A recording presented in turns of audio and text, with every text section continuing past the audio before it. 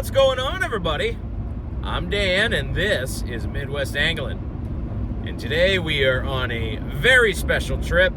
We are headed up north to northern Wisconsin, and we are going ice camping. Now, it's something I've always wanted to do. It's one of the few things in the world of camping and fishing that I've never actually done. Just never really had the time. I've got a very unique setup. It's probably the most unique that you're gonna see on YouTube.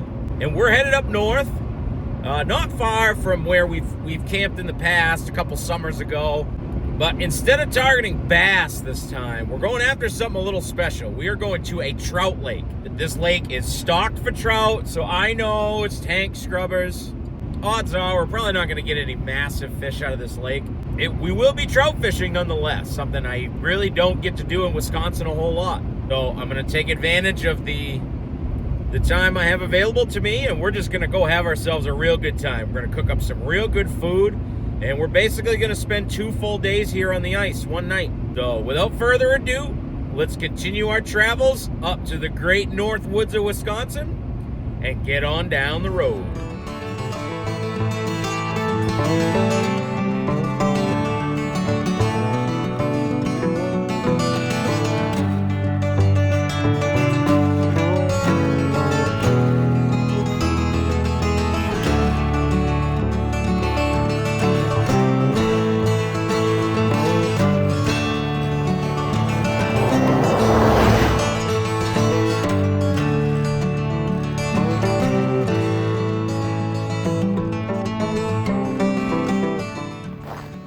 Well, we made it.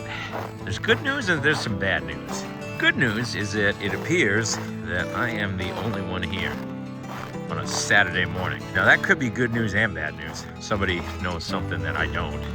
But the actually for sure bad news, it's not that the ice is too thin, but there's a lot of snow on this ice that I was not accounting for. And I don't have any way to pull all this stuff out.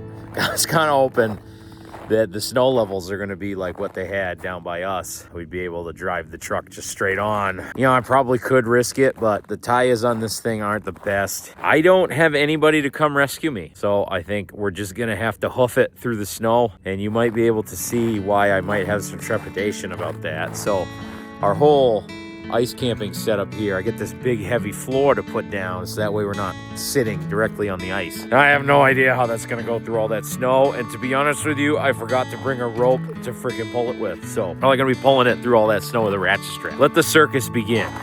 Here goes nothing.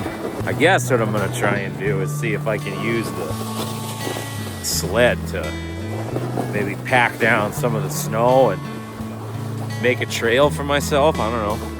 Fortunately, this lake isn't very big, and I was able to find, based on the depth mapping that there is, a spot where we'll be able to go from deep water to shallow water in a pretty short distance. Brookies, if you never fished for them on the ice, they're usually really shallow. Rainbows, a lot like browns, are going to be kind of in the middle of the water column in the deeper water. That's kind of the idea. There's brookies and rainbows in here according to the stocking report. That's my strategy, I guess. Just kind of try to pick an area that seems like the best of both worlds. And boy, the snow's deep. Ugh. It's going to be a nightmare getting that platform. 100%. I am going to burn some calories, which is good because we've got some really, really unhealthy food to eat. Onwards.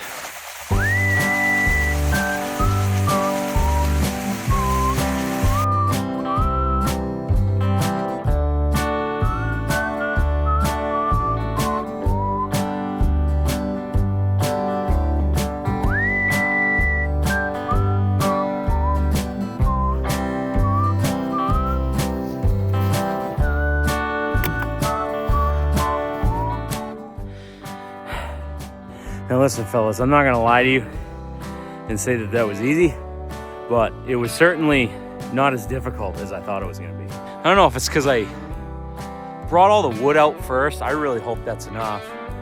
I hope we burn it all because I really don't want to drag it all back. It's not like a super long way back to the truck, but I mean, when you're pulling that thing and all this, I mean, it adds up. Probably helps that I, you couldn't tell by looking at me, but of. I'm actually in quite good shape for how obese I am. I regularly run like 5K distances. You know, that really helps when you go to like this.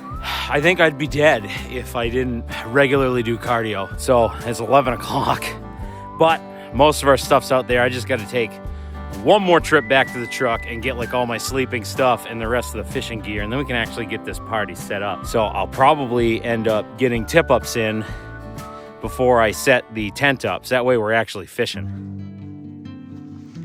So when we set for brookies, we are going as shallow as we can, because they're going to be in that less than 5 feet of water, like preferably the shallower the better. It's been a long time since I've set a tip up for brook trout.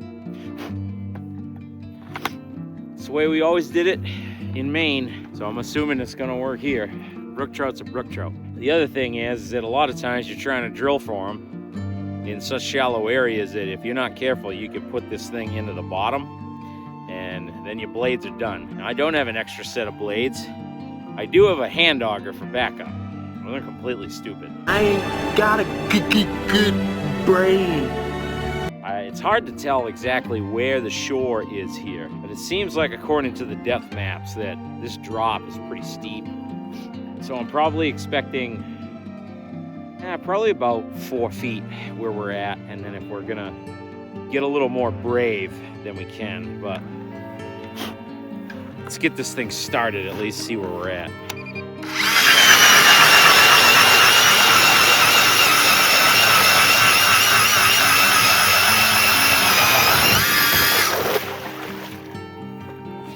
We got ice. That is for sure. Only got one battery for this whole trip, so keep it warm. Let's see what we got here.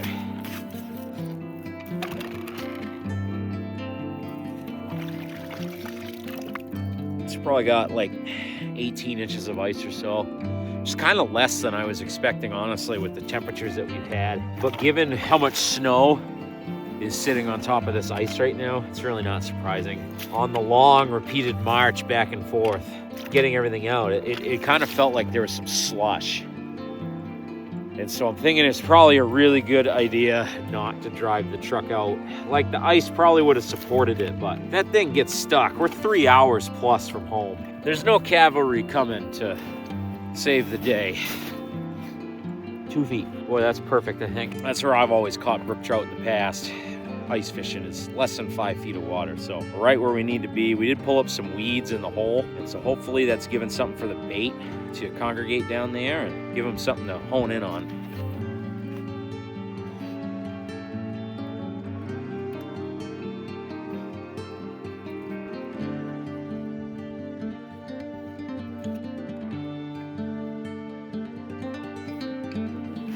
Because the water's so shallow here, I'm gonna have to go down very far. Water's crystal clear though. That is good for the prospect of potentially fishing after dark, which is kind of one of the things you're supposed to do when you ice camp.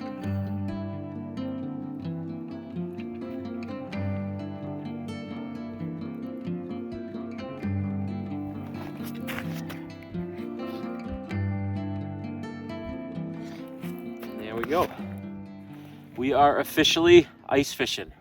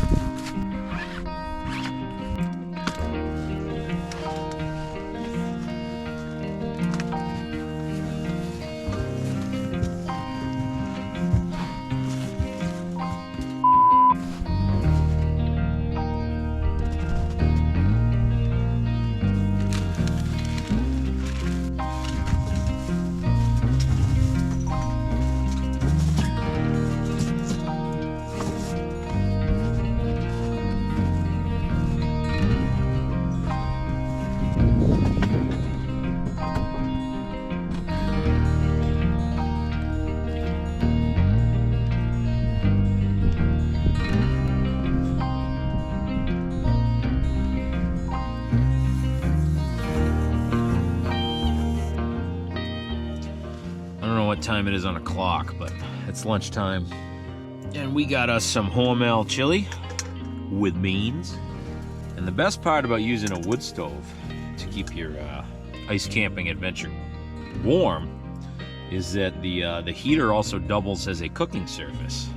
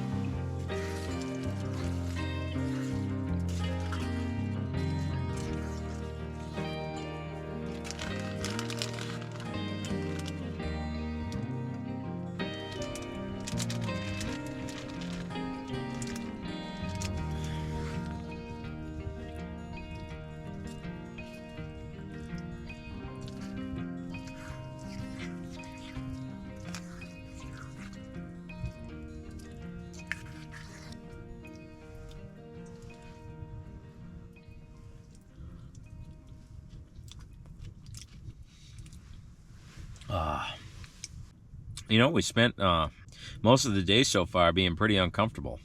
Not gonna lie, it's really nice next to this wood stove, eating some canned chili.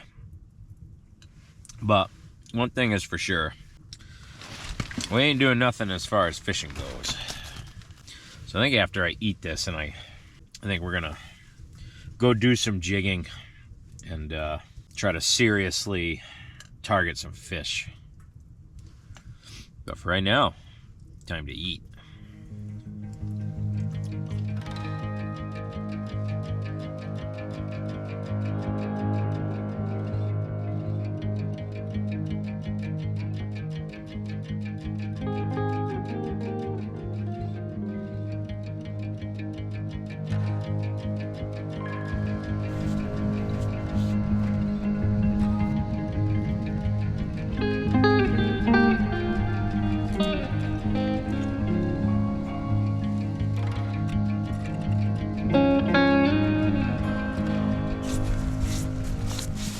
All right, we got a few more holes drilled around where the tip-ups are. Actually tripped over an old hole right in where I'm drilling. So either we're all wrong or maybe we got the right idea. Gonna try a little bit deeper, closer to the 5 to 6 foot side. See if that makes a difference. Definitely, you know, they haven't been hitting these minnows that are here. So we got butterworms, but we'll see if that wakes them up right before dark. Like there's some weeds down there. Forgive me if I'm a little bit on the quieter side, I know. Especially when you're in shallower water like this, you want to be really careful about spooking them.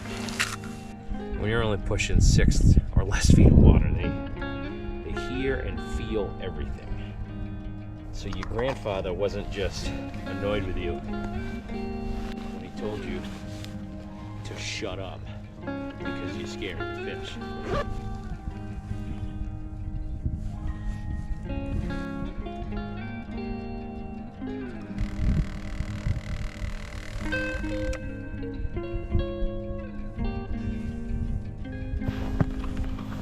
I was up checking the stove and we got a flag. Better late than never.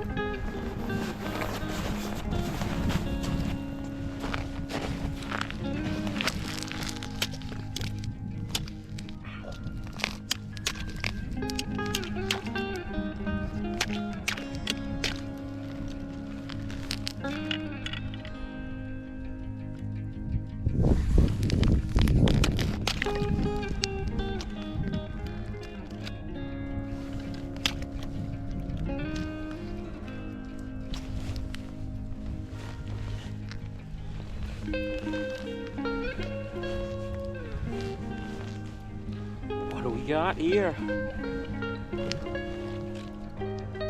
Look at that!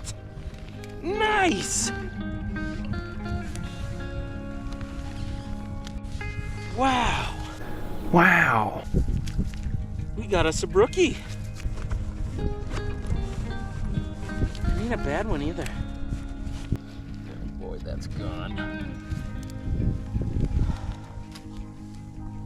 I think we are gonna keep him.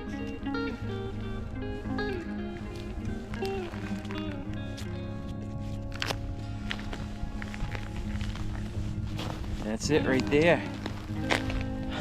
There are trout in this lake. This is my first Wisconsin brook trout. How about that? And we are definitely going to eat him. All right, it's well after dark now.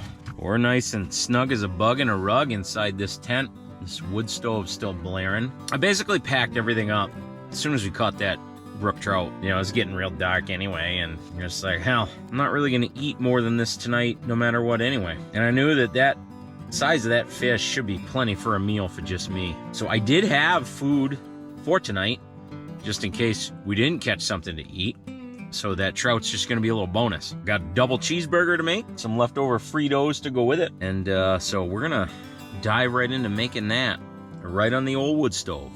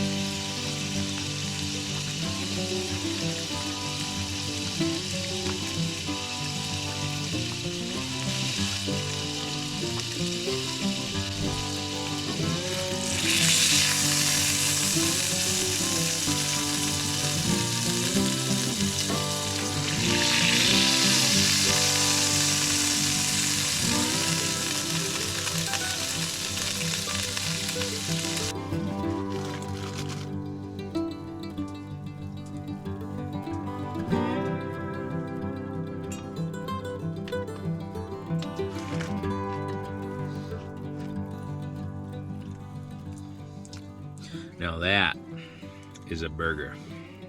This is a monster.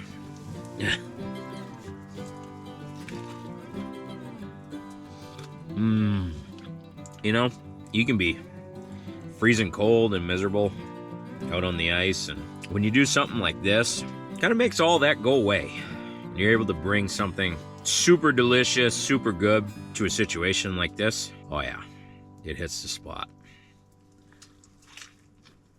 It makes you remember that we do this kind of stuff for fun nowadays. But the truth is, it really wasn't all that long ago that doing stuff like this was what you had to do to survive. You know, the fact that I'm able to just kind of do it for fun now really kind of puts things into perspective. Pretty appreciative of everything we have today. So I'm gonna sit here and enjoy this burger.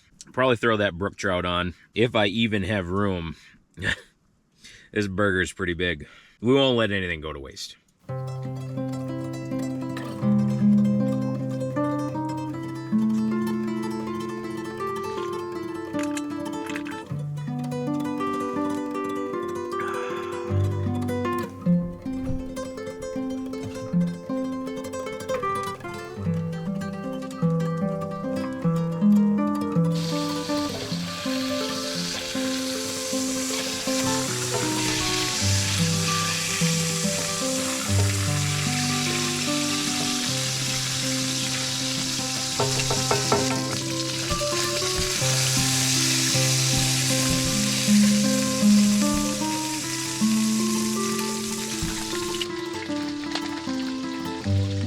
We managed to turn this into a right catch and cook. Now that I'm already full. But that's all right. Like I said, we will not let this go to waste. I love eating brook trout. It is probably one of my favorite parts of when we go back to Maine every other year. And then to have one basically fresh caught off the ice, cooked right in the tent. You know, might have only caught one fish today, but we made it count. We're definitely gonna go hard in the morning. As soon as that sun comes up, them tip-ups will be out. Sakes. And we'll be jigging. We'll be trying to get some more fish. So on that note, I'm gonna enjoy this, and we will see you in the morning.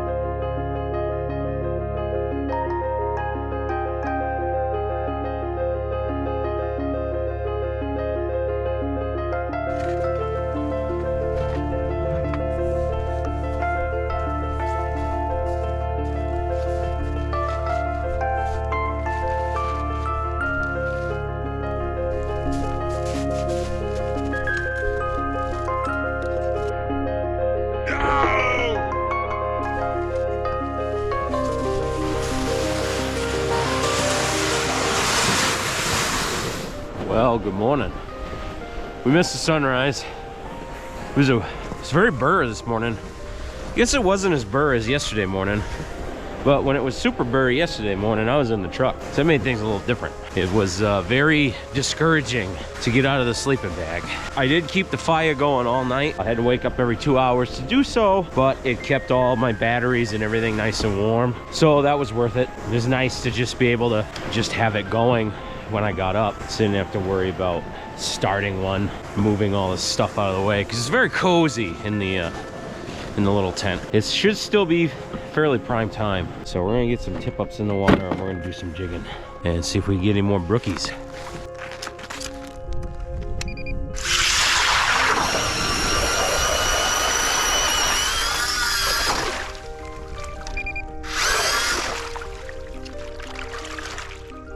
Well, we made some ice last night. I'm gonna probably put the tip-ups right back in the same holes for now. And then since this one didn't bite till the very end of the day, I'm thinking that like once we get kind of into the mid-morning, I'll move them. I find it suspicious that the one that was in all day never ever got touched until the very end. And if there's one thing I've learned about brook trout, if they're not biting, they're not there. We're just gonna try and do a lot more active fishing today.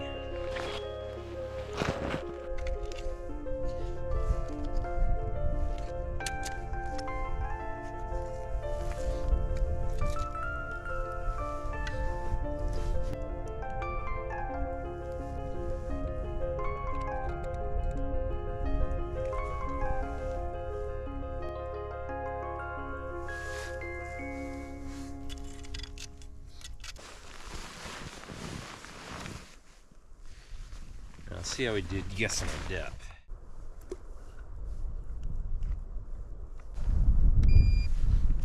It's 5 feet. It's a little deep, but we'll try it. I'm a little gun shy about drilling so close to the shore because I really don't want to buy new blades for that thing. It'd be great if we could avoid that.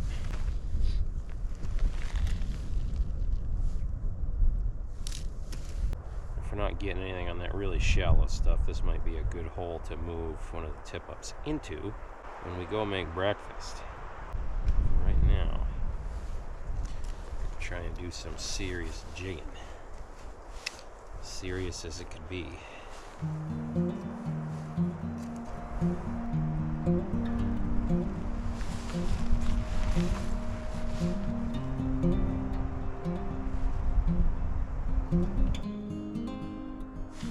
Flag. I heard that one go off. Let's see what we got. The wind was not blowing when that went up, so I'm thinking this is probably genuine.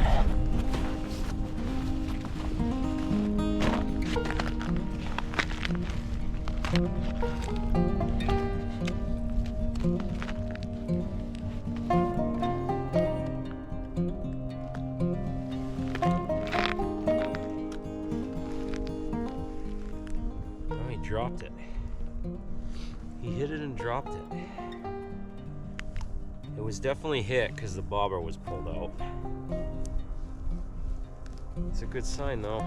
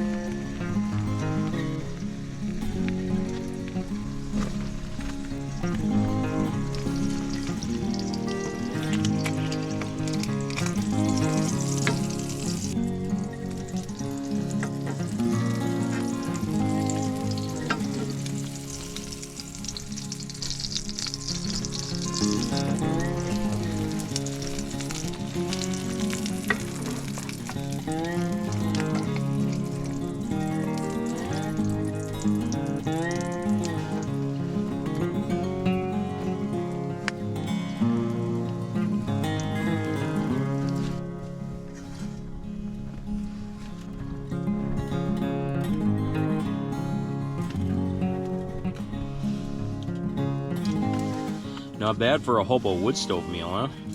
Bacon and cheese omelet with a little Kaiser roll toast. Can't beat that. You know, the fishing might not be that great on this expedition, but the food sure is. When you go to a place you've never been before, you are rolling the dice. We did technically get what we came here for already. We got a nice eater brook trout, got to do a catch and cook on the ice. You know, I'd say we're In all reality, not doing that shabby.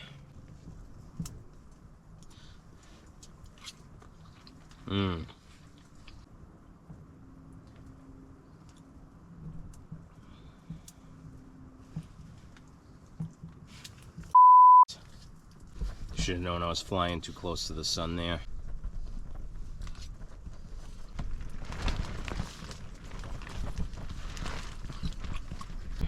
What I think of the tent stove setup so far, it's very cozy. I mean, apart from the waking up to keep putting wood in the stove, slept pretty decent, the sleep I did get. We'll go over all the particulars like the tent model and all its dimensions and whatnot. I'm gonna give you a tour after breakfast and coffee. And I'll go through and show you everything that I have in this here setup. So if this is something you think you might want to do, then it'll give you some good ideas. For right now, I'm gonna enjoy this incredible breakfast, which, I mean, it's like 10 o'clock, so it's damn near lunchtime. I'm kind of planning on this being my lunch too. And then we'll get to giving you the grand tour.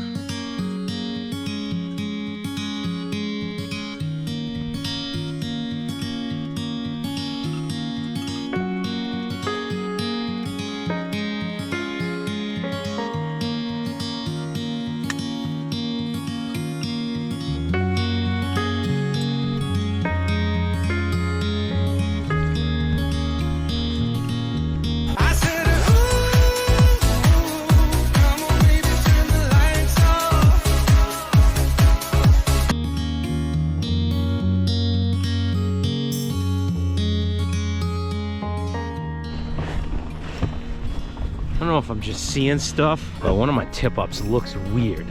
Now, I know the flag has been falling down on it when it's standing up, because them Heritage Lakers, they got like an orange tag at the top, and that way you can see where the top is, but I don't see it down at the bottom. I think, yeah, we got a flag. What a joke. I have no idea how long this has been standing up, but you see what I mean? There's the orange tag, and so from that far away, it just didn't quite look right. So we'll see. I mean, might not be anything here. I do not see the line marker potentially being a real fish.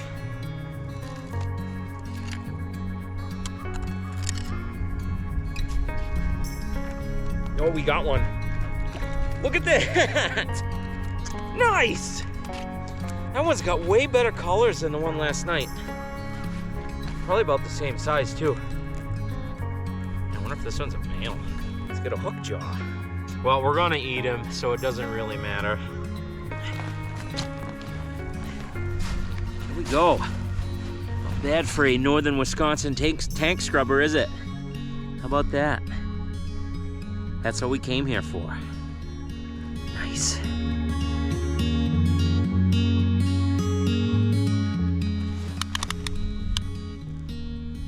This guy is 13 inches on the nose.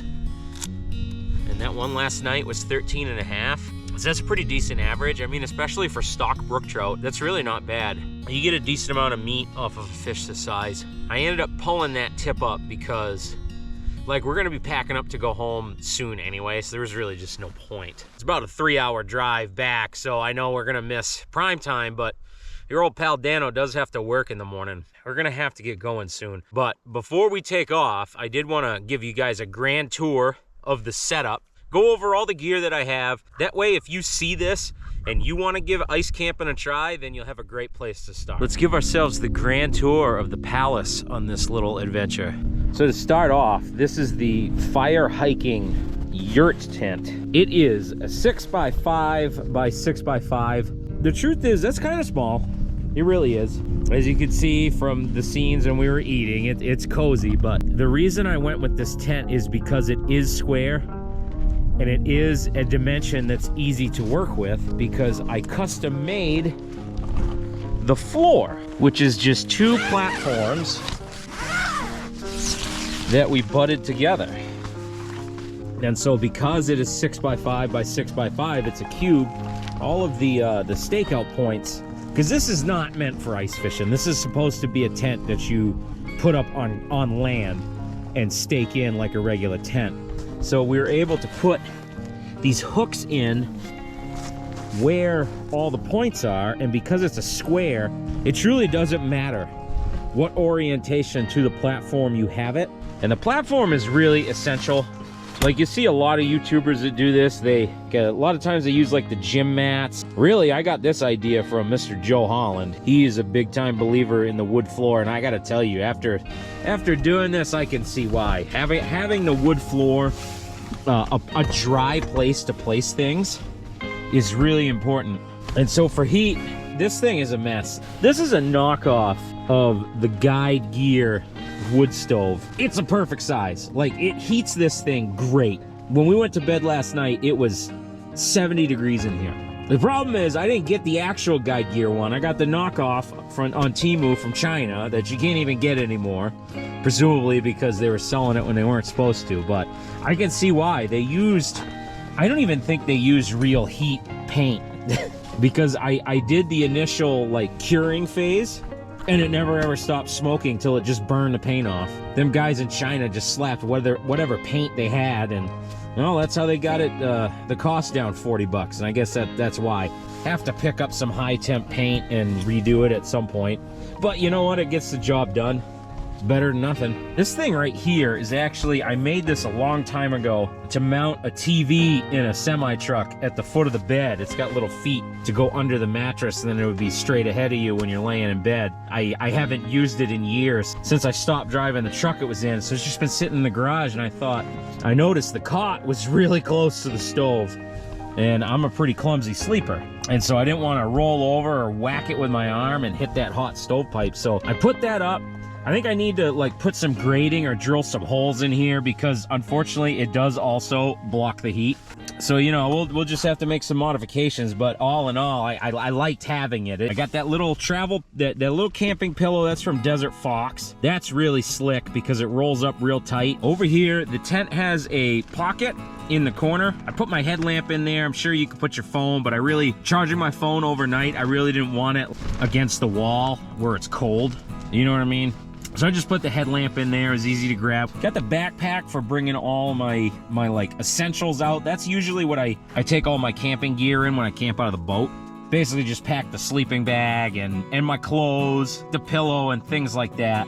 People have seen this on the channel before if they see my summer camping videos, but you know, it's different this time around because we had the cast iron because of the stove. I fit a complete cooking set in here. There's the kettle, and the cup goes in there for making coffee filter holder. This is a pot and a frying pan that goes together. A lot of this stuff I have on affiliate links in the description on Amazon. So if you want to get this stuff, be my guest. Well, you know, we have a little stove that it's inside of the pot set. I have not found it on Amazon, so I don't believe that there's a link to it. I think it's honestly the one I got was on Temu, and it was like a one-off deal, and I've never found that exact stove again. But a lot of like the pocket rocket style backpacking stoves, they're not really good for cooking. They're great for boiling water because it'll get a lot of heat to a small area real quickly. But when you're actually trying to cook, that's how you like burn one part of the food and then the other part of the food's raw. So as you can see, this has the burner like the size of a Coleman stove. So what that does is it puts the flame and spreads it out a lot more, so you can actually cook instead of just burning your food. And the cool thing about this little kit is I take it in the boat. You know, you don't have to use this camping. You can bring this along, and you know, you could fit everything in here that you need to cook, like all my silverware and a little spatula that goes in there.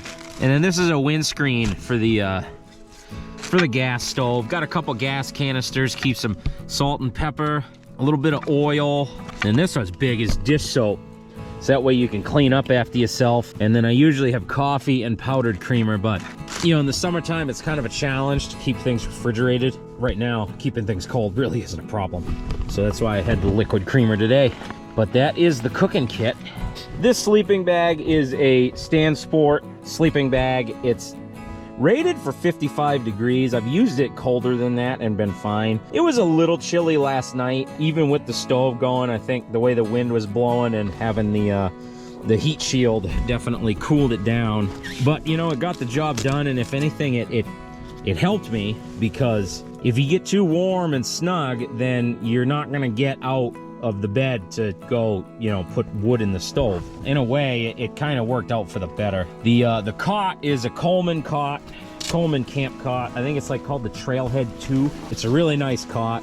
It fits in there on this 6.5 by 6.5 foot tent perfectly.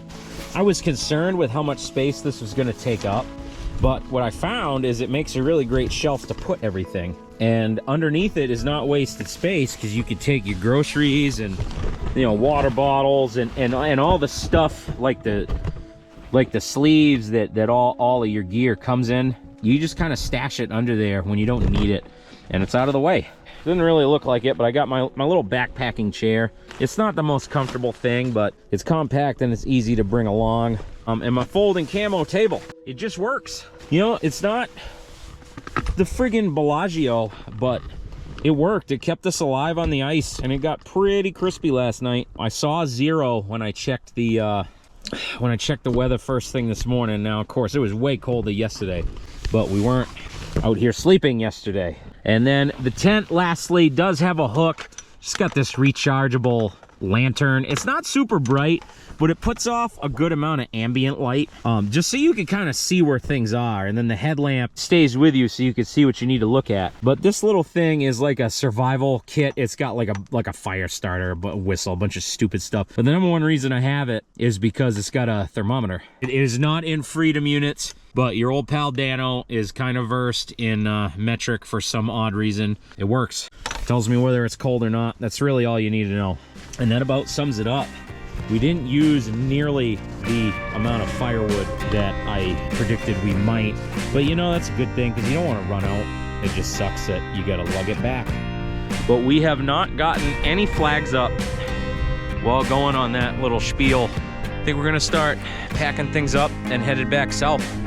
So do me a favor, if you liked this video, you enjoyed watching this little camp out in the North Woods of Wisconsin, hit that like button.